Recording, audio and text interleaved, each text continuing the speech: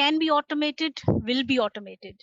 Robert Cannon, who was a professor of aeronautics and astronautics emeritus at Stanford University and was known for his visionary work on robotics, gave this statement long time back.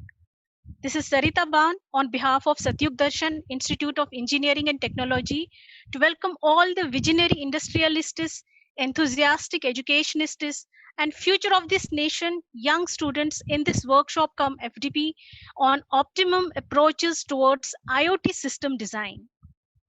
If you think that the internet has changed your life, think again.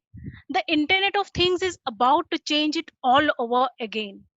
As quoted by Chief Architect and co-founder of Arian Systems USA, Brendan O'Brien. The whole team is delighted to have Mr. Vikas Kumar Sinha, who is a system design and management professional working presently as senior engineer at Silicon Labs in Singapore. He has also worked as technical leader at ST Microelectronics while being in India and Singapore. He has been a very active member of IEEE Internet of Things to ensure that his teachings and learnings keep benefiting the society of academicians and industrialists with his extensive experience in industrial and consumer IoT and CPS enabled automated systems and smart devices. He has a decade of industry experience where he led system designs and key accounts from 5 technology segments. He has publications and patent granted for his inventions. He continuously engages in academic collaborations in India, Singapore, and has been appointed as a speaker and presenter in multiple international technical events. He is the alumnus of UCLA Anderson Business School's Executive Education Program and holds BTech in ECE from none other than our own JC Bose YMCA University of Science and Technology. Before I request Mr. Vikas to start the session of the day, I'd like to mention few sentences about him in my personal capacity. I have seen Vikas growing from a student to a faculty member to a technical leader and then to a system design and management professional. The tools that he has used while climbing this ladder of success are his consistent, dedicated, and focused efforts while maintaining his ethics and values towards his family, work, and whole society. I remember he wanted to reach to ST Microelectronics one day, and he really worked very hard turning his dream into reality. I request now Mr. Vikas to start the session for our enthusiastic audience. Hi everyone. Thanks Sarita ma'am for such a kind introduction. So okay, I think I won't take much time in all this, and then I will directly go to today's session. So before jumping into session, I would like to share about what are we planning to learn in this session. So basically, it's a 4 day session, and where we are going to explore several things about IoT, about product design, and then about particularly IoT system design. Like, what are the things that we need to be careful about while designing an IoT systems, and what are the things that can make an IoT system fail or succeed. And then in the last part of the session, that will be the 4th day, we will talk about what are the new developments or what is the next thing that is going to be there in IoT sphere. So to start this, let me share my screen. So we'll browse through the PPT, and we'll go through today's agenda. And today's agenda is going to be about the understanding of IoT, the very basic things. We won't go much into technicality of IoT, but we'll go into philosophy of IoT, because before jumping into technicality of anything, we need to be clear on what that thing is. Here, the reference to thing is not the Internet of Things. It's about anything in the life or in the career or anywhere. I mean, if we want to jump into it, we first need to understand what that thing is, and then we will talk about some of the major things that we need to be considerate about any product design. Because if you don't understand how a product should be designed and you just go for designing by just knowing the technicality of that subject, then there is a possibility that we may fail, because there are lots of things that goes in the back of mind when you design a system or when you design a thing. So I think these are the two major things that we are going to cover today. And without further delay, let me share the slide. I mean, let me share my screen, and then we'll go about discussing about different things that I have in plan to discuss today. Okay, let me share my screen. Okay, so the name of this program or this 4-day session is Optimum Approaches Towards IoT System Design. So I already spoke about 2 or 3 slides already when I just started. So we'll just go through it. So as I mentioned, that program is going to be of 4 days, and every day we are going to have a session of around 45 to 60 minutes, which will also include a QA session of 5 to 10 minutes, depending on how much time is left in the session. So on the day one, we are going to talk about IoT and what is the system design. In day two, we will go a bit deeper into technicalities to understand what are different things that what are the different things that goes into architecture of an IoT system, and what are the things that we need to be careful about when we are designing an IoT system. On day three, we will go and talk about a real example of an IoT system. So we'll take a real case, and then we'll discuss the architecture and different stuff related to, we'll discuss about why we designed a certain thing in a certain way. Why didn't we go about some other approach or something? And then I will also add in a component of AWS IoT, which is the golden standard right now in actual IoT sphere. So AWS has many offerings that makes us, that makes it easy to leverage different products that are available at an industrial level. So we'll talk about real case scenario and real case example, which will be utilizing AWS related products, which will be AWS IoT as well as some other modules from AWS offerings. And on day four, we'll talk about what is next in IoT and where are we really moving to, and what can we expect in next coming 2, 4, or 5 years in IoT. We cannot say much more beyond 5 years because we don't know, what is going to happen, because nowadays the technologies are changing like anything. Okay, so going to day one. So on day one, the first thing that we'll discuss is the IoT. And in IoT, we'll understand, how IoT came into existence. What was the motivation behind IoT? How things evolved in terms of IoT. Then we'll talk about the real definition of IoT, a bit more formal one, and bit more in the holistic way, like what really an IoT system means. Because I see lots of confusion around IoT sphere. Many of the people who has understanding of IoT, but maybe not clarity on what IoT is. And then after definition, we'll talk about 3, 4 other topics or other terminologies that are quite sometimes confused with IoT. For example, embedded system, cyber physical system, wireless sensor network, these kind of things, which sometimes overlap with IoT as well as sometimes get confused with IoT.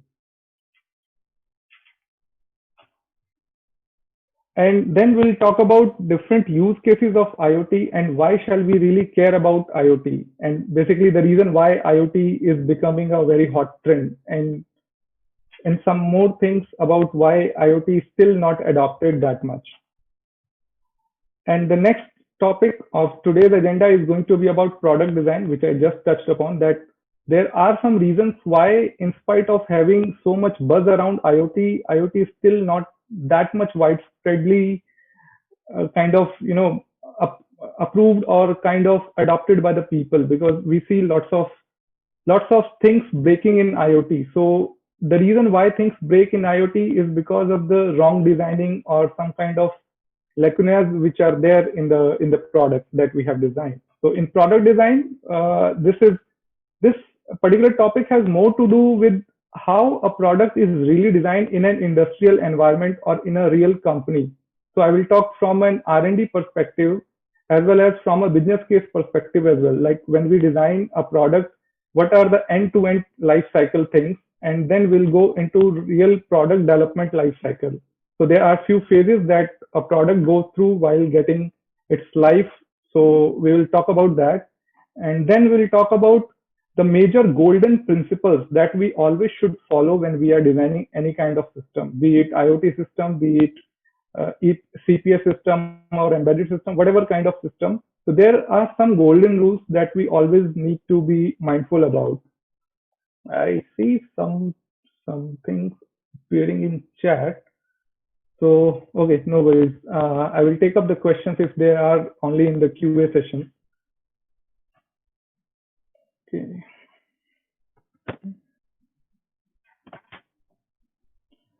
Okay. So as I mentioned, the first topic that we are going to touch upon is the basics of IoT. And before jumping into basics of IoT, we should understand the one of the essential things. There are two essential things in IoT. One is internet and other is things. So we need to have clarity on what these two things are and how these things came into existence. So before jumping into anything, let's discuss for a moment about internet. So internet, in my opinion, or in most of the people's opinion, is one of the finest invention that the world has ever seen, because that has really revolutionized everything. And internet makes the bare bone, or the main, you can say, the main foundation of Internet of Things. So internet was actually devised in year 1969 as an ARPANET, when it was kind of developed. It was, I won't say that it was internet as such, but it was the very first step, or the very first significant step towards internet, that was taken in year 1969, which was followed by the invention or advent of TCP/IP in year 1971, and 20 years later we saw the evolution of World Wide Web. So when the internet, so there is a reason why people actually went ahead and designed internet. So the reason why internet was designed was to enable people to connect, interact, and share things with each other. So initially, the internet used to be called Internet of People. So it was majorly by the people, for the people. So this kind of philosophy was there. So as you can see in this image, that it was called Internet of People, and you can see different people doing different kind of activities and still getting connected to each other. For example, we upload the photo over Facebook, then we watch some videos on YouTube. All these kind of things had been there for a while, even before this Internet of Things related stuff really became so popular. That's why internet initially was meant for the people, and we used to call it Internet of People. And as the last line says, it was for connecting, sharing, and interacting with each other. So that was about internet being used by the people. But our life was surrounded by so many passive things which could have been made smart enough so that they can also interact with each other, and they can help us to have a better life, to have a better experience. So then people started thinking about bringing in this internet capability to the things. Things here means the passive things. And that's when the Internet of Things related terminology came into existence, I would say. And so basically what we did in Internet of Things, we are basically connecting different kind of things to the internet so that they can share, they can connect, and they can interact with the other things. So like we human interact with each other, share our experiences, and we process whatever information comes to us when somebody tells something to us. So we could drive out an analogy between the similar trend getting into things. So we have passive devices which has been connected to internet, and now these devices can talk to each other, understand the things from each other, understand the data from each other, and then they can take action based on whatever they decide to, based on what we program. Of course, I mean, they cannot do anything other than what we actually designed them to do. So that was the major, you can say, philosophy behind Internet of Things. So as you can see in the last line, it clarifies things. Like we had passive things, Then we added some capability into it for sensing, processing, and communicating. And then we added internet connectivity into it. So like human, they have like human have five senses, so they also have senses now. For example, your phone has microphone, speaker, camera. These are like ears, mouth, and eyes for the phone, right? It has a processor similar to the brain that we have, and it can communicate with other devices, like how we talk to the other devices. And then it is also now connected to internet the same way we are connected to internet. So now things are also smart enough to work on their own, and that's the major philosophy or one of the major consideration of any kind of internet of things that I will discuss a bit more in subsequent slides. Okay, so now actually in 2008, it happened in 2008. In 2008, there were more devices connected to internet than the number of people who were connected to internet, and that's why now internet is no more internet of people. It's now more about internet of things. Like more things are now connected to internet, and as of 2020, in reality there are more than 30 billion devices which are connected to internet. Now we'll talk about, as we spoke a little bit about how the internet came into existence and how it was being used primarily for the people, and then how it moved towards being used by the things and getting leveraged by the things. So it's also important to understand few major milestones that the IoT has seen. So the very first IoT kind of device were the ATM machines, which were installed in early 70s, and those were installed in USA, where the machines uh, with the machine a user can interact with the bank. So basically a user goes to the machine and then keys in his credentials, his or her credential, and then can take out the money or deposit the money, and the machine in the backend is connected with the network of the bank. So it was an earlier or a classical example of modern day IoT, not so modern, I would say. And then in 1982, in Carnegie Mellon University, the students hacked one of the Coca-Cola machine, which you can see on the window. It is the same machine which they hacked in 1982, and then they connected it to the internet so that they can see and they can know how many Coke bottles are there inside and whether those are cold or not. So it was more out of interest, but it really became a milestone in the field of Internet of Things, as this Coke machine was one of the earliest machine which was connected to internet. And in 1980s, internet was not that much popular as well. So it was quite a big achievement by those students who connected this machine to internet. And now I will share another thing which many of the people may not be aware of. So generally people have this impression that IoT term was coined in the year 1999. However, in reality, IoT term was coined in year 1985 by a man called Peter T. Lewis. So he presented something in Washington, D.C., and there he spoke about Internet of Things. And I will talk a bit more about his definition, which was so profound and so clear that you don't really need to change what he defined. And we are actually trying to achieve what he said 35 years ago in his statement. However, people didn't pay much attention about it because at that time, internet was not that much prevalent. And as I mentioned, that most of the people say that in 1999, Kevin Ashton actually devised this term. So basically, in 1999, there was a project called Auto ID project in MIT, where a team of 4 people, out of those people, one was Indian person. So they actually coined this term Internet of Things. Actually, they used to call it Internet for Things, but somehow it got new name of Internet of Things.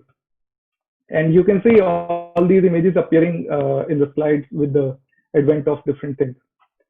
And in 2008, as I just mentioned in previous slide, the number of people connected to the internet was surpassed by the number of things that are connected to the internet. That's how the internet of people became Internet of Things from the terminology point. I won't say just the technical point. Okay, so we spoke about philosophies and all, and we spoke in the terms of layman terminologies. Let's now talk about if we have to define IoT, how can we define? So if you can read what I have written over there, I have split this definition in four parts. And if we combine all these four parts, they actually make sense and make us understand what IoT means. So basically, IoT is nothing but internetworking of things, which may be physical devices, vehicles, buildings, or anything, which are embedded with some kind of electronics, some kind of sensors having processing power and the software as well as actuation unit, and these things are having connectivity of the internet as well as the local network. So these are the connected things. So up to these three parts, these are connected things. And these connected things are mainly meant for enabling the collection of data and the exchange of data so that it can be analyzed, processed, and then can be made use of to take action and work on new applications that can help in making our life easier. So this is the main philosophy. Like the Internet of Things came into existence as an enabler for the next generation of technologies, which we, okay, I won't say next gen, these had been around for a while, but still the Internet of Things is actually enabler of AI, machine learning, these kind of sophisticated algorithms. So majorly, if I have to again reiterate this definition, Internet of Things is internetworking of different things which has some electronics connectivity and processing power into it. And these connected devices are enabling the exchange and the action on that data and making sense of that data. So if we further drill it down, so it is mainly about extending the power of internet to anything and everything. So initially only the computers and the smartphones were supposed to be connected to internet, but now we are bringing in that capability to any kind of device that we want to use and that we want to use for the data generation or data acquisition. And as I just mentioned that it is actually an enabler for next level of software algorithms, which makes sophisticated decisions based on the data that are available to these. And in today's trend, we call it AI and machine learning, and in tomorrow's world, we may be calling it something else. We don't know, I mean, what is going to happen. And as I mentioned 2 or 3 slides back, that there is one major consideration or there is one major thing that we need to be careful about while classifying any device as an IoT device. So if we say that this device is an IoT device, then the device should have capability of interacting with the other devices, exchanging the data, understanding the data without any kind of human intervention. So if a human, that's why computer is not considered an Internet of Things device, because computer is majorly driven by us, whereas a passive RFID tag or an active RFID tag connected to a remote jungle kind of environment, which is sensing lots of things and then actuating on some of the data and acting on some of the data, can be considered as an IoT, because we are not going to we are not going to intervene in that system.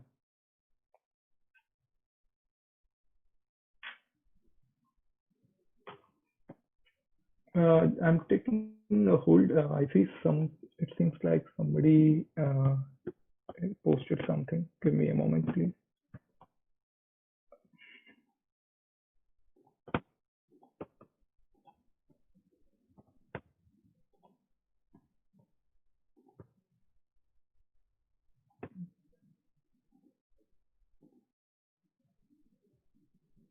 Not audio. Okay. Okay. Just a moment. I need to do something.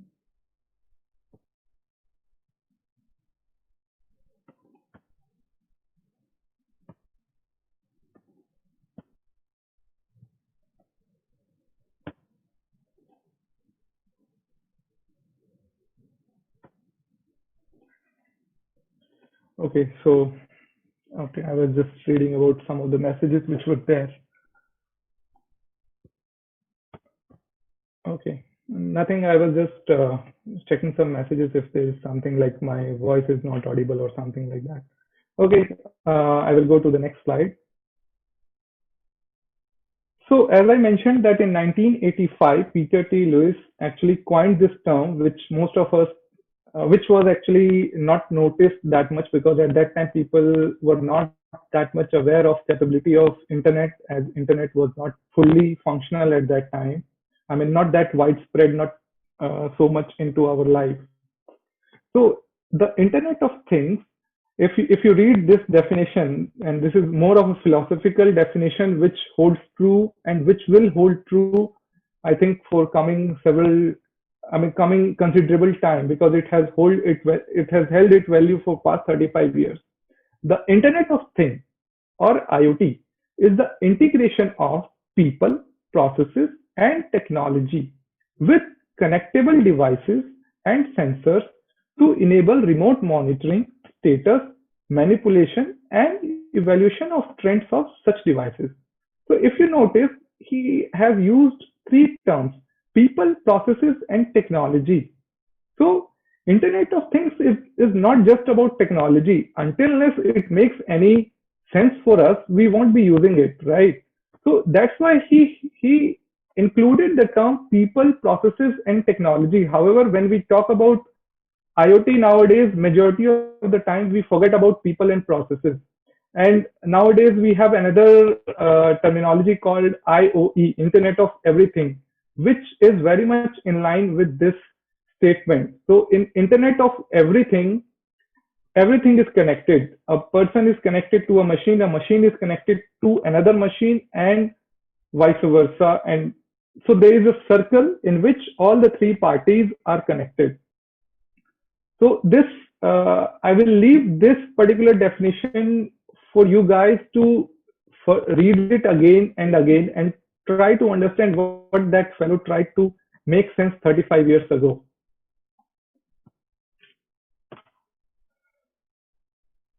Okay, so as I mentioned that there are many things which sometimes interchangeably used and sometimes confused because these are overlapping. So the one of the thing which is very much linked with IoT is called cyber physical system. As the name suggests, cyber physical system. Cyber means computing, and physical means anything that has to do anything with the physical phenomena. So the cyber physical system is basically a large scale system in which we have computing as well as the physical attributes, and these are very tightly coupled to each other. And generally, if you talk about the example of cyber physical system, you will find it in heavy industrial systems like smart grid, smart cities, and all. These are part of IoT as well as CPS. And one interesting fact that we need to consider when we talk about CPS, I will use term CPS. I won't call it cyber physical system again and again. Is that the cyber physical system or the CPS may not necessarily be connected to the other CPS system. They can or they may or they may not, depending on their requirement. But an IoT system should be connected to internet and each other. And this is the fine line between a CPS system and an IoT system. That's why every every CPS system is not an IoT system, but every IoT system is a CPS system because whatever attributes that an IoT system has, that means it has a computing system, it has a physical sensing system, as well as it is connected to the internet, that will be a CPS system. So an IoT system is always a CPS system, but a CPS system is not always an IoT system because the CPS system may or may not be connected to internet or each other. So we need to be mindful about when we talk about CPS and IoT because these are quite confusing sometimes. And CPS, I will come on this point when I will speak about embedded system. So I just touched upon this point, and I also touched upon this point that IoT emphasizes more on connectivity, whereas CPS emphasizes more on controlling the attributes of the physical phenomena or the physical system that is connected, that is part of the CPS. That's why CPS finds its major application into large-scale industrial systems. The next thing is embedded system.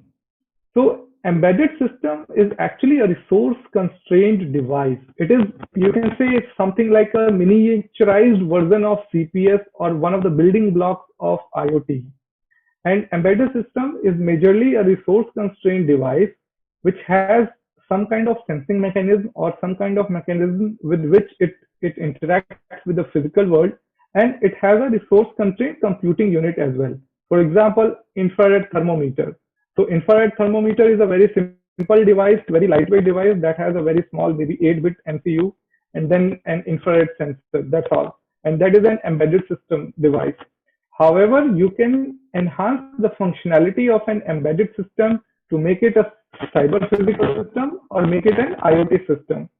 And as mentioned in point number 2 of the cyber physical system, if you go into architecture of cyber physical systems are generally a combination of a number of embedded systems, because embedded systems will be coupling the physical system to the computing system. So there will be a coupling, there will be a number of embedded system devices which will constitute the cyber physical devices. For example, if we take an example, for example, if we talk about robot, right? So in robot, there may be many subsystems, and those subsystems will be embedded systems. And then these subsystems coupled with each other and then connected with another cyber device, which is the computing device. And then it constitutes a cyber physical system. Yeah, and generally embedded system is a single device, as I just mentioned about example of IR thermometer. And wireless sensor network, this is another thing which also sometimes get confused with the IoT system. So wireless sensor network is nothing but a network of sensors which are connected wirelessly, and it has major concern, it is majorly concerned about collection of the data, collection of sensor data, and then sending it to the concentrator unit. That's all. It doesn't compute or it doesn't really take action that much on its own. However, wireless sensor networks are utilized in IoT systems. So these three terms or these three systems which we just mentioned, CPS, wireless sensor network, and embedded system, these all can come under IoT system. However, vice versa is not true. So let's go to the next slide where we will talk about some of the examples of these three things. So as I mentioned that cyber physical systems are generally large scale systems which are settled in industrial kind of settlement. So as you can see, there are three major examples shown over here. One is the windmill kind of system. So all these windmills are connected to each other as well as connected to a main computing unit. Same way, the other example is of a smart grid kind of scenario where you can see a solar panel which constitute one of the part of smart grid. And the third major example is a robotic system. Like as I mentioned, like in industrial offerings, we can have a robotic arm which can be constituted by a combination of embedded systems and then eventually connected to a larger computer system, and maybe later on connected to a range of robots, or maybe can work alone in isolation as well. So these are some of the examples of cyber physical systems. And then these are some of the examples of embedded systems. So here in embedded systems, you can see some are very small scale and some are very large scale. For example, in industrial robots, it is actually a part of cyber physical system, but since it constitutes many embedded systems, so sometimes we count it in embedded systems as well. So as you can see, there are many devices which have some kind of computational power, and these comes under embedded systems. And I actually wanted to touch upon another topic which now came in my mind, so I will address it now. So sometimes people question that whether we can make an existing system an IoT system. So if we have an embedded system as shown in the current diagram, we can take any of the system and then we can connect it to the internet with some more functionalities of data processing and all, maybe in backend generally in the backend, because we are going to do it in retrospect manner, so we cannot add much of computation on the device. So if I take any of the device, for example, say this photocopier, if I take this device, connect it to the internet, and then send the data to a backend server or to a cloud where all the computation can happen, and then I mean, it can take some actions based on whatever commands it's getting, then it can be called an IoT system. But if it is not connected to internet, then we can't call it IoT system. So embedded system may come under IoT system, but not the vice versa.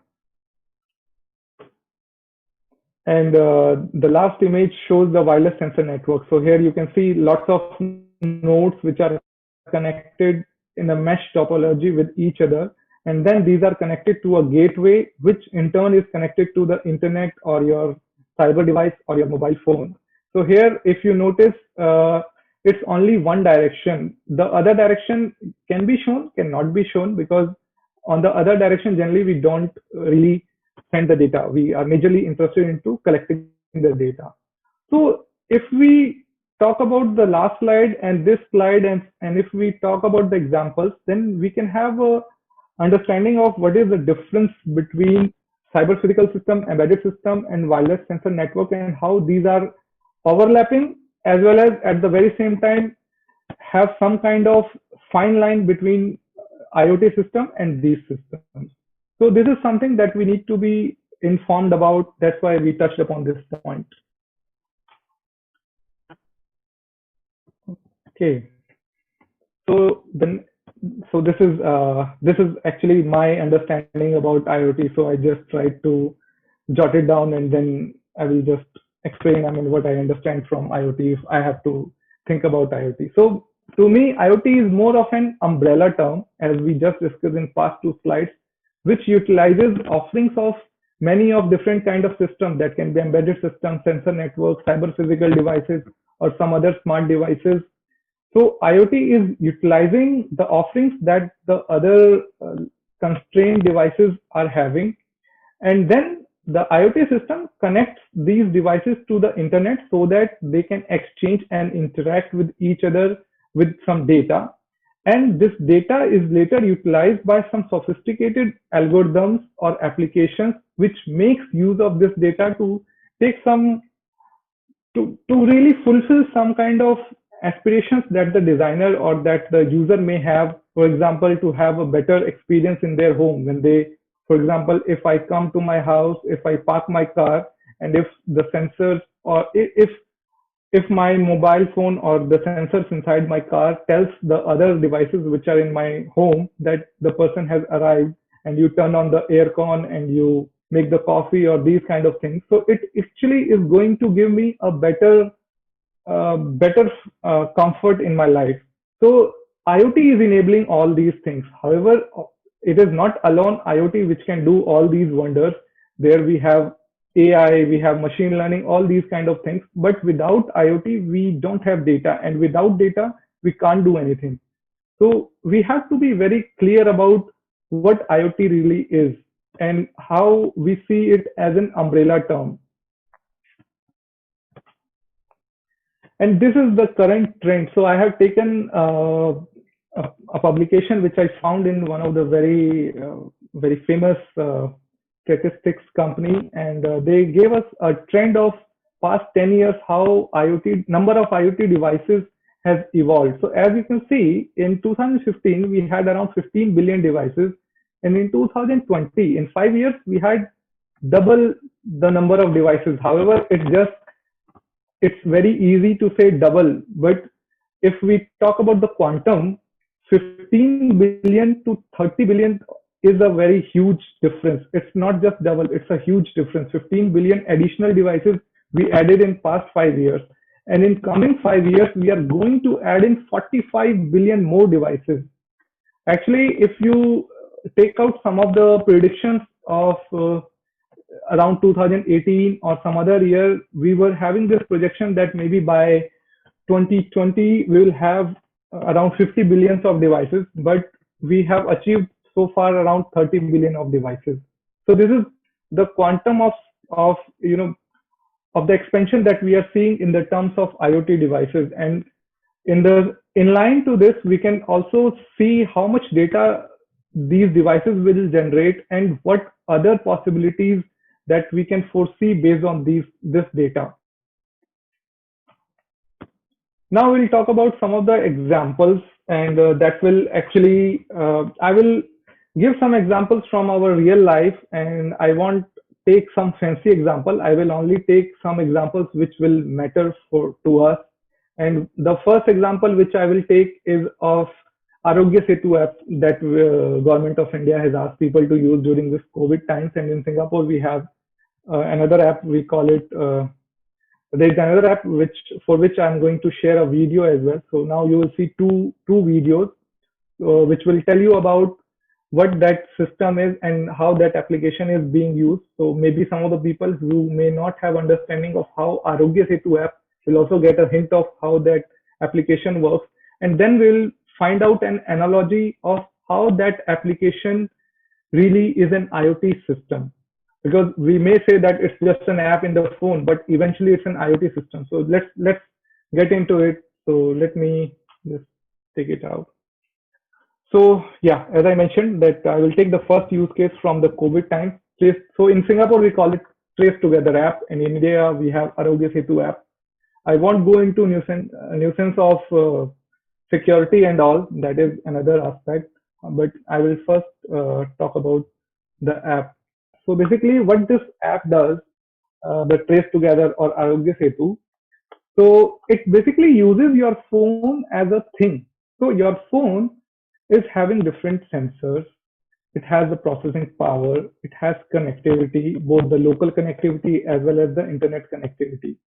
So the Arogya Setu app or this Trace Together app is actually going to utilize the Bluetooth of your phone. And then what happens that when you have to download the app, and then you have that application on your phone which is going to turn on the Bluetooth. So you have to turn on the Bluetooth, and when two people who are having those applications come in close proximity to each other, they share the ID, and there is a unique ID for every phone or for every Bluetooth device.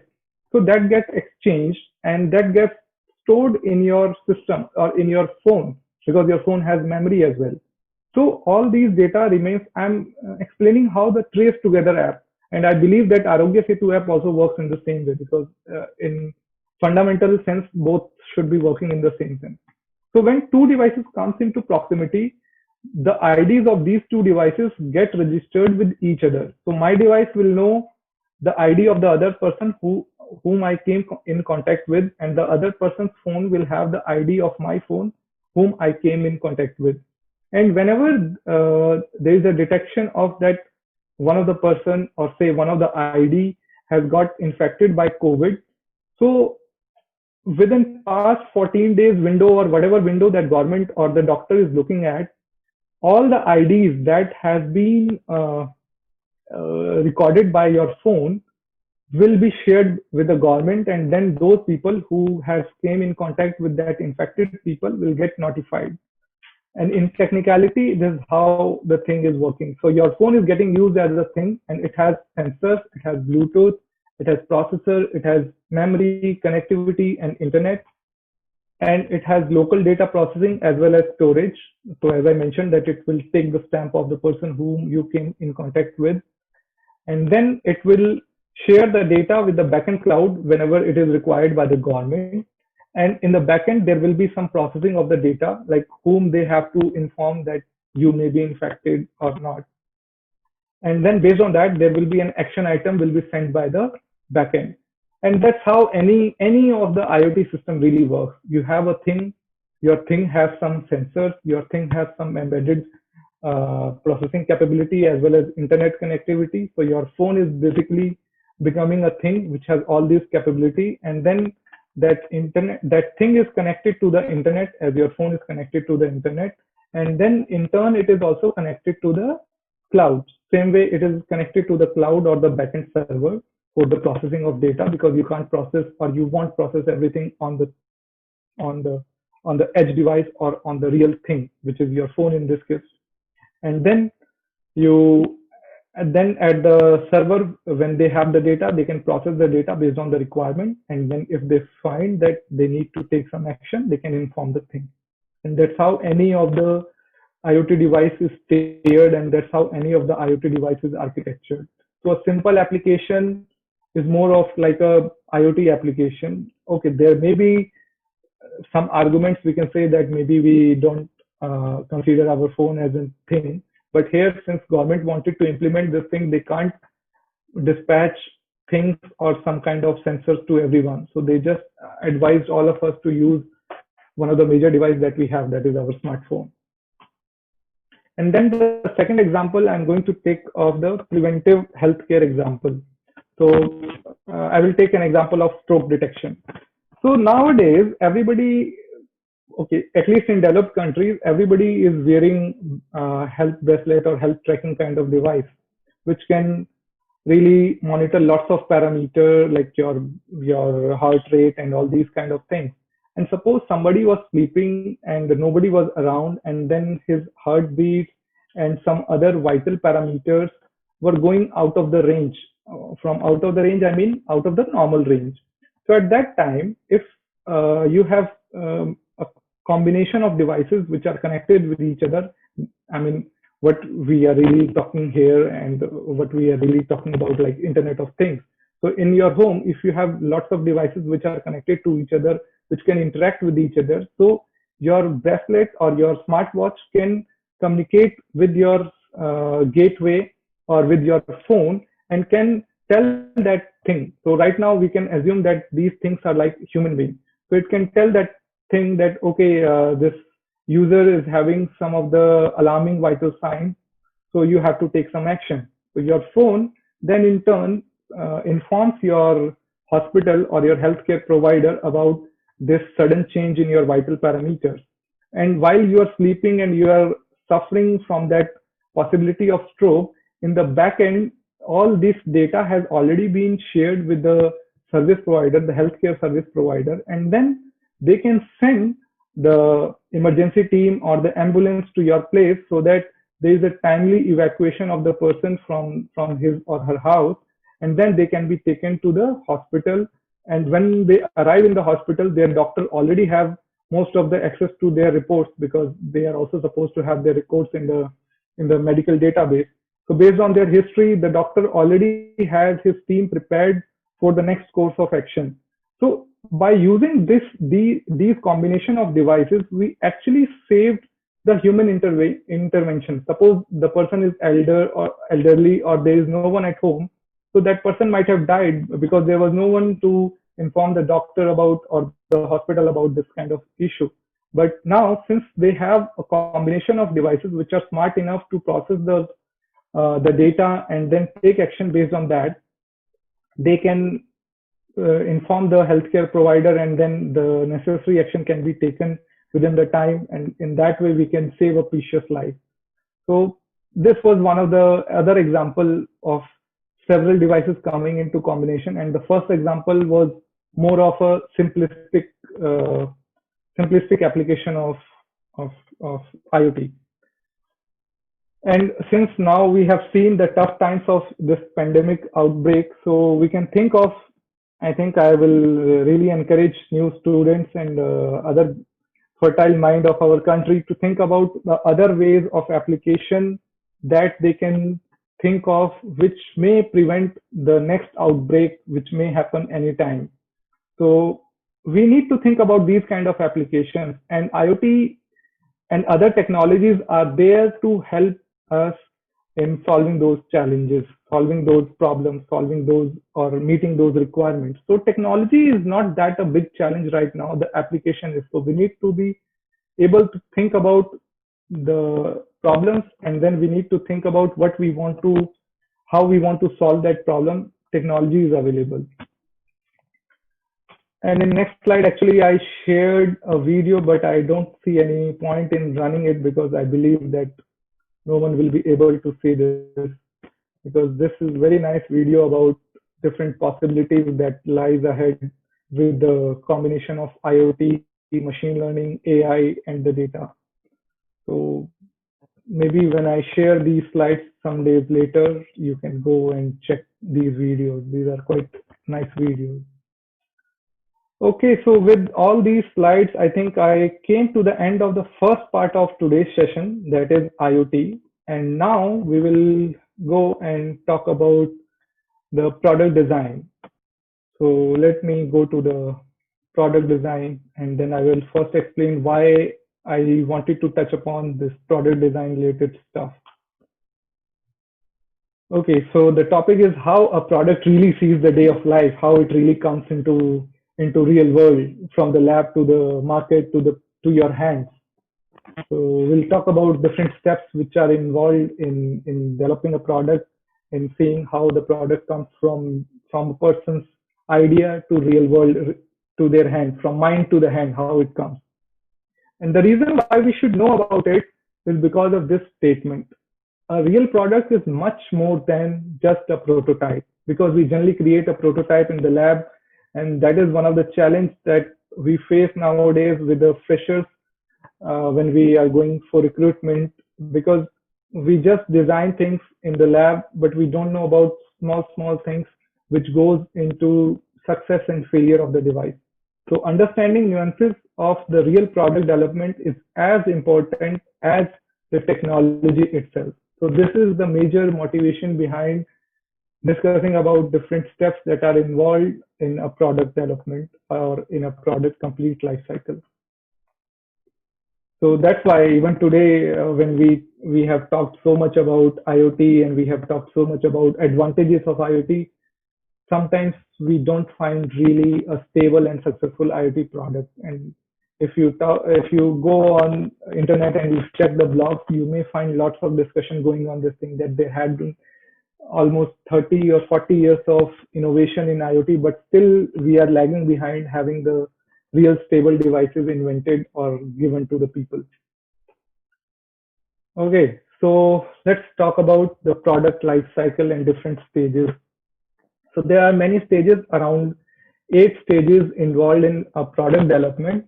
The very first stage is called ideation, and in technicality or in industry we call it NPI, new product introduction, or the new product idea. So when we talk about ideation, it is basically the thing that comes in our mind based on our past experience or based on our market research, that this is something that we should be developing for solving a particular problem or gaining a market share. So this is the very first stage where things are in the inception, like what is the idea. And once we have the idea, and when the entire team, I will touch upon more, okay. So in this topic, especially in product life cycle stage, I will talk about technicality and business aspects that really go behind the scene when a product is shaped inside inside a company.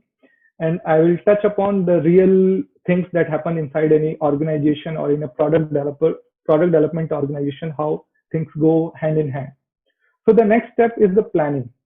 So once we have that idea and clarity on what we want to make, it is very essential to understand whether that thing is going to be market viable or not. So we do the market research, we find out the target segment, we find out the end customer who is going to really use this product, how much is the market share that we can really capture, because every company is there to make profit, nobody is there to just develop the things and not make profit.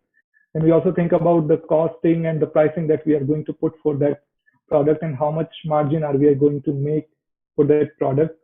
And once that product comes into market, how are we going to grow that product from some number of units to a large number of units.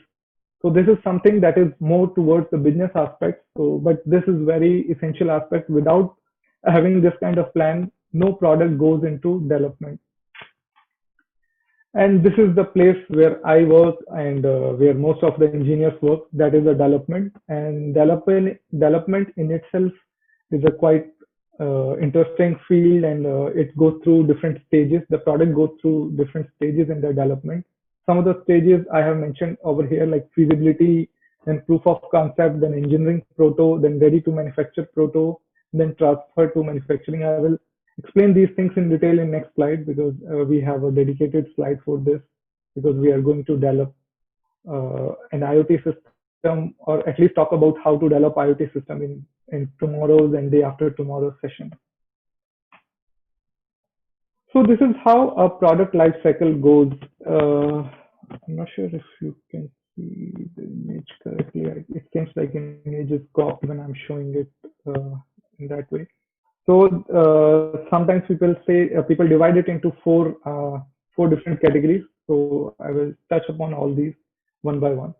So once the product is under development, at the very same time, the business team thinks about how they are going to introduce the product in the market. How are they really going to make that product, make the consumers aware about the product is coming to see the day of the light. And after introduction, they think about how are they going to grow the sales or the market share of the product. And introduction and the growth phase comes near beta release or the beta section of the proto.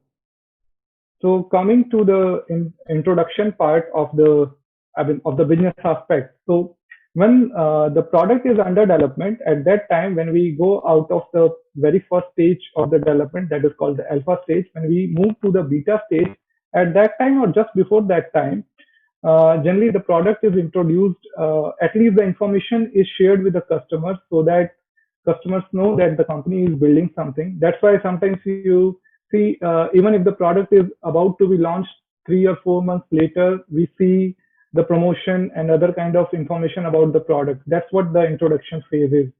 And once the product is almost finished, at that time, the company starts, aggressively marketing the product, and then they try to improve their sales effort and all, so that once the product is introduced or once the product is finished, the development, it can be introduced in the market, and at the very same time they try to make it grow in the market so that they have better market share, so that they have better profitability over there. And this growth stage goes for a while depending on the product, what kind of product it is. For example, for iPhone, since every year they come up with a new iPhone, so generally the growth stage is only for 6 months, and after that it goes into maturity or saturation phase, which is the next phase. So let's take the example of iPhone over here. So after 6 months, since the next product is about to come in 1 year, so after 6 months it goes into maturity, where generally we see some reduction in the pricing, or we see some kind of other techniques or the strategies followed by the company to make their product still sellable in the market, because at that time customers start going to the other competitor companies. So at that time branding and these kind of things comes into picture, how much the company can sustain the customers. So maturity and the next stage, which is the saturation stage, these two stages generally people combine in one, and these are the main stages where the marketing or the business side has to really make a lot of effort to keep their ship sailing in the boat in the waters. And the next stage is the decline stage. So if they cannot differentiate their product, or they cannot make the pricing competitive, or they cannot create the brand value, then the product goes into decline phase, where the market share declines, and then the company thinks about the next product or the next advancement in the product. So either they go for altogether a new product, or they will just change some of the features to make the version 2 of that product. So that's how the complete life cycle of a product goes. So from ideation to the development, to the introduction, to the growth, and to the decline. So these are the major steps, major stages that a product goes through in its entire life cycle. And next we'll talk about the main thing which we engineers are more interested into, that is the development phase. Okay, so product development stage, and this is where I also work. And so the product development stage majorly is like 3-phase system: phase 1, phase 2, phase 3. Phase 1 is alpha stage, phase 2 is the beta stage, and phase 3 is the gamma stage, or whatever name you want to give it. So in the alpha stage, it is generally called the feasibility or the conception stage. So in this phase, we basically do the research and it is generally done inside the lab. Everything is done inside the lab. So as you can see on the screen, as the images are showing in itself, that it is more of hacking some of the existing over-the-shelf kind of systems. Like we take the Arduino board, we take some other pre-existing components, and then we embed those in functionality into devices just to make sure that whatever we want to achieve is achievable. So the very first thing that we do in this phase is the feasibility analysis and identification of what is possible. Because at the ideation stage, we can think of anything, but we have to put a limit on what are we really going to make. So we call it MVP, minimum viable product. So we identify what is achievable given with a given time frame, with a given resource constraint. We define the limits of what we are going to achieve, and then we make a prototype using the over-the-shelf related stuff or open source related stuff or some pre-existing stuff, just to make sure that whatever we thought on the paper is really can be replicated in real world. So that's what we do in this phase. So as you can see in this line, it is clearly mentioned. And once we are done with that, we try to validate our concept. So one important aspect on this stage is we don't care much about costing. We don't care much about for example, if I talk about this particular picture that you are seeing, we don't care much about what current it is really going to take. Even if it is going to take some more current than what our target is, we are okay with that, because we know that right now we are not using a customized setup. We are using a open source or over the shelf kind of system, and it is just a proof of concept. So at this point of time, we only talk about the feature, not about nuances of different parameters which we are going to put in the user manual or the data sheet. And this kind of development is generally tested in the lab in a controlled environment. We don't put things into the real world environment where we can see we can test it to the limits. So we don't go for that functionality test right now. So this is the very first phase that we call alpha phase, which is followed by the beta phase. So when we validate the alpha phase, at that time, we may identify what we could achieve, what we couldn't achieve, and then we incorporate those learnings or those feedbacks into our next development, next phase of the development. And in this phase, we are really going to customize the things. As I mentioned in the previous step, we are using over-the-shelf related stuff like Arduino board or these kind of things to just prove our concept. But in this phase, the phase 2, which is the beta phase, which we also call engineering prototype, in this phase, we are going to really customize the things that may be hardware, that may be software, that may be casing, or whatever is there. And this is how it looks like. I mean, you can see it is still not the end product, but it is very much close to the end product. So we customize the things like hardware, software, physical design, and all these kind of things. And if we talk about IoT, so we also introduce some virtual nodes. So let me explain a little bit on this point. So in IoT, where we have lots of things connected, and then the system has to work with all those things, it's not feasible to have real things at this stage. What I mean to say, suppose we have to make 1,000 nodes getting connected to each other. So we may not be building 1,000 devices at this stage. So what we will do, we may just build 10 or 20 devices, and rest 980 devices, we'll just make a virtual node of that. We maybe just replicate those in the software just to test some of the functionalities. So it was in the reference of IoT system. So we try to customize as much as possible to see what are the corner cases and how much can we push the limits. And in this stage, validation is one of the major aspects. So once we have that engineering prototype ready with us, we send it for rigorous testing and validation so that we can touch upon different corner cases, different extreme cases in real world scenario. For example, if you are going to use, say, one sensor which is going to be mounted outside your house, where you can have rain or you can have adverse weather conditions and all. So you are really going to mount that device in those kind of conditions to test whether your device really works in that scenario or not, because those things we generally don't test much in the lab. However, in this condition, we are going to test it. And as I mentioned that we just take some samples of the device, we don't really build an inventory. We only go with 5, 10 or 20 devices and then we deploy this to see what kind of feedbacks we are getting during the validation. So validation is one of the critical aspects in this phase 2.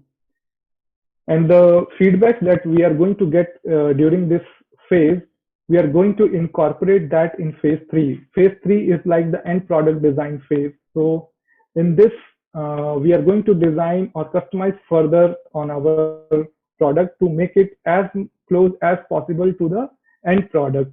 And one of the two major things that we do over here. One is the incorporation of feedbacks from phase 2, and the next major thing is we do a full functional system testing as well, like how our product will be used in real end world condition, real end product condition. And there I have pasted an image which is of a concept car by Honda. So if any one of you or most of you might have gone to auto show, you see lots of cars or lots of products which may be launched 1 year down the line. However, it is showcased over there to get feedbacks as well as let people have a look and feel of how it is, and it is also given for the field trials over there.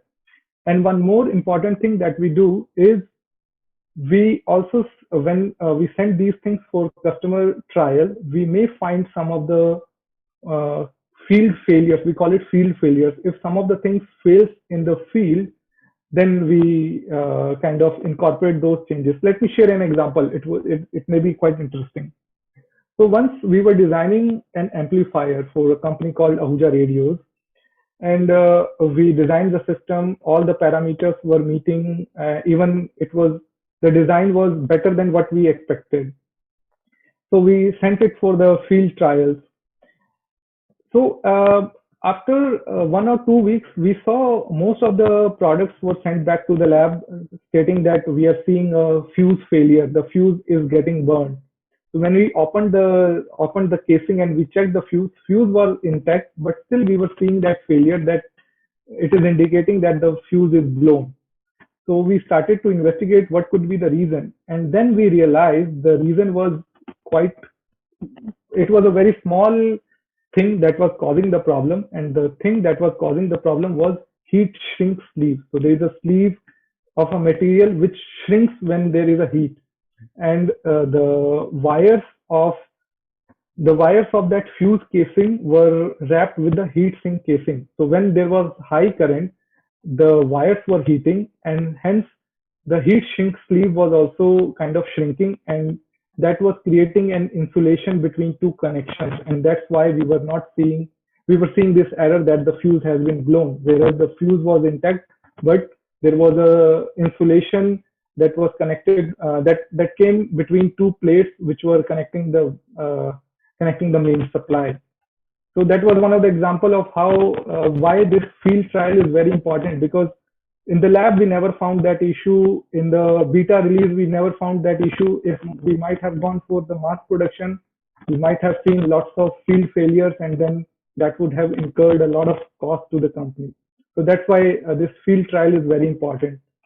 And at the very same time, we go for different compliance and certification and approvals that may be required for that product. For example, FCC certification, CE certification, ROHS certification, UL certification. You can find out these certifications or the significance of these certifications over internet. And nowadays, if you buy anything, you just turn that casing around and you will find lots of symbols. Those symbols are saying that it has been certified, and it is certified under those certifications. And then we display it in expose and all. So that was all about the different 3 stages of a product development: alpha, beta, and gamma. And we have to be mindful of how our product is behaving in all these 3 steps.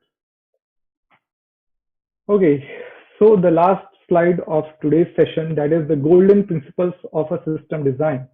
So this system design principle applies to any kind of system, be it cyber physical system, be it embedded system, be it wireless sensor network, be it IoT system, whatever system that we are going to design, these principles always are applicable.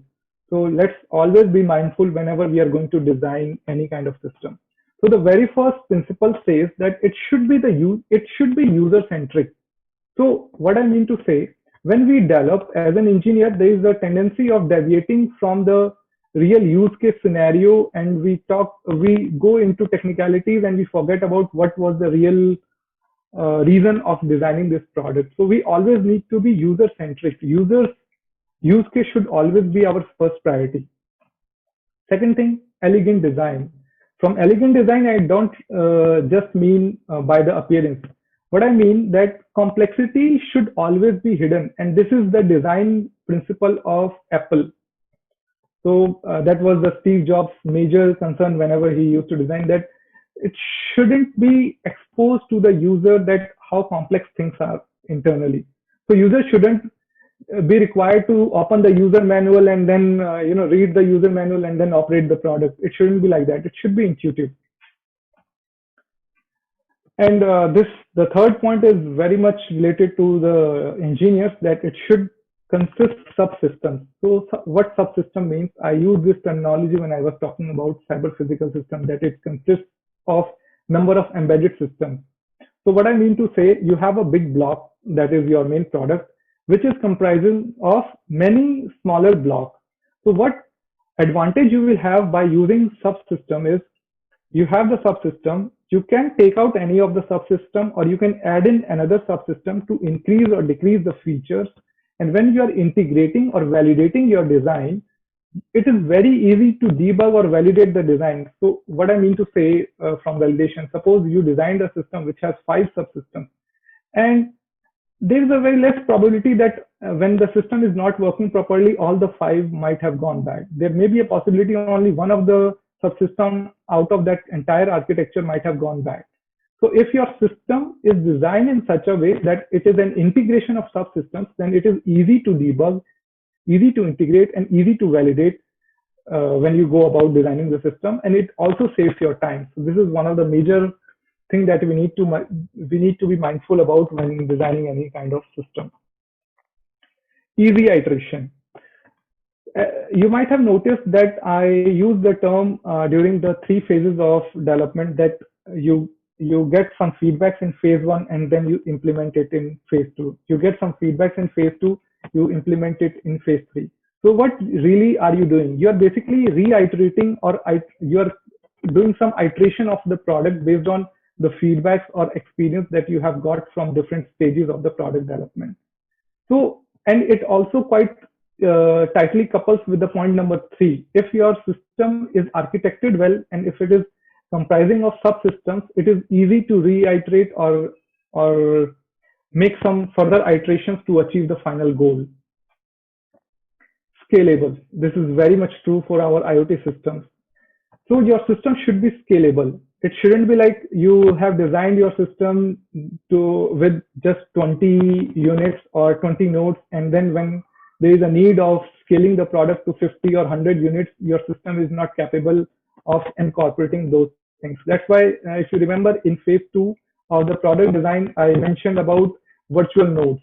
Like I gave an example, if I have to have 1,000 nodes and I have only 10 physical nodes, the rest of the 990 nodes I will make virtual. I will make just software application of those nodes, just to make sure that when my system goes to the scale, it is not going to fail or it is not going to crash.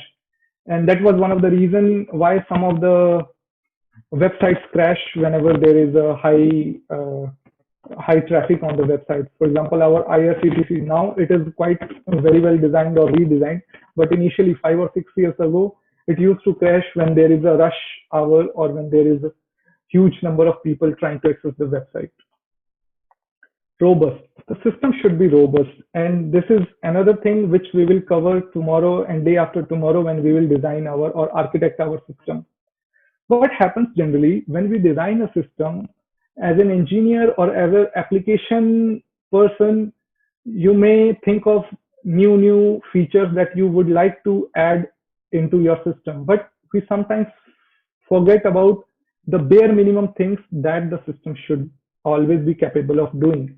For example, let's say I have a cooler at home, or I have an air con at home which is IoT connected, and now I have designed it in such a way that I can control it from the remote, the IR remote or the Bluetooth remote at the home, as well as I can control it from anywhere in the world. Now, if I design the system not so well and my local remote is not working properly, at that time there is no use of that system. If I cannot control my system using the local remote, if my remote is not designed properly. So whenever we are going to design the system, we have to always keep in mind what is our minimum viable product, and the minimum viable product which we discussed in phase one of the product development should always be achievable.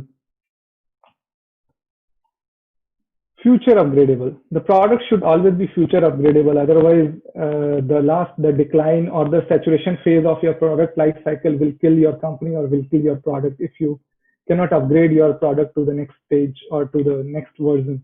So when we design, at the very same time in the planning phase, we also think about roadmap, like what is going to be the roadmap of the product, what is going to be the next product. So it should be upgradable. It shouldn't be that tightly coupled that for the next version we have to design everything from the scratch. It shouldn't be that way. It should be an incremental change that we can incorporate to upgrade it. And most important, time to market. It shouldn't be like we are designing something that's not able to complete within 1 year or 2 year or whatever time constraint you have got. And all the rest of the features, especially the subsystem and the iteration, are major points that we should always address, because these always contribute to rest of the things, and these always contribute to the time to market. So that was all about today's session. So I will just take a recap of what we discussed today. So we discussed two things. One is IoT and one is product design. We discussed about how IoT really came into existence, how internet came into existence, how it was first only meant for the people, and how it got transformed from internet of people to internet of things, how the things starting getting connected with the internet and interacting with each other, like how we interact with each other. Then we talked about different milestones that IoT had gone through, and we also spoke about some of the tightly coupled terms like cyber physical system, embedded systems, and wireless sensor network, which sometimes we confuse with the IoT, which was followed by some of the examples of IoT system. For example, we spoke about Arogya Setu or the Trace Together app, as well as we also spoke about one of the use case where we could save life of a person who was about to get a stroke by timely getting him to the hospital by use of these smart devices surrounding him and interacting with each other. After talking about IoT, we spoke about the need of product design, and as I mentioned, that the real need of understanding the product design is because just knowing the technology is not sufficient, because we may be able to design something that works in the lab but may not work in the real case scenario. So we spoke about how a product goes through 8 different stages throughout its life cycle, which was followed by discussion on the product development life cycle, which goes through alpha, beta, and gamma, 3 different phases. That is from feasibility analysis to engineering proto development to end product design. And then we spoke about the golden principles, which you are seeing right now on the screen, of the system design. What should be our system? What should be our major considerations while designing the system?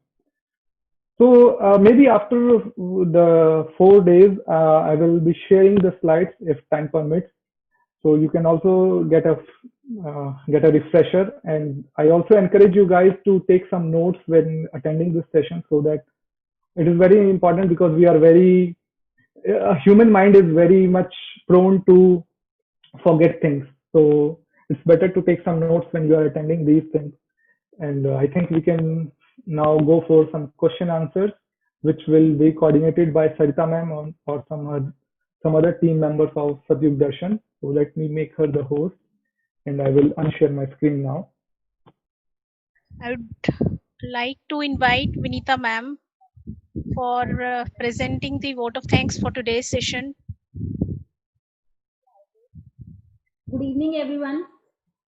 Really, the future with IoT seems to be more exciting, and we all need to contribute towards it, captivating the motivation and learnings from topic session on Internet of Things, that is IoT, from Vikas sir. Thank you, sir, for making us cognizant about the basics of IoT today, and we look forward with our curious mind to delve more deep in the forthcoming session in your workshop. Dear participants, there is an announcement for you all. Kindly do not forget to fill your attendance by clicking on the link and filling the necessary details as are there. The link is provided in the chat window, not on the WhatsApp group.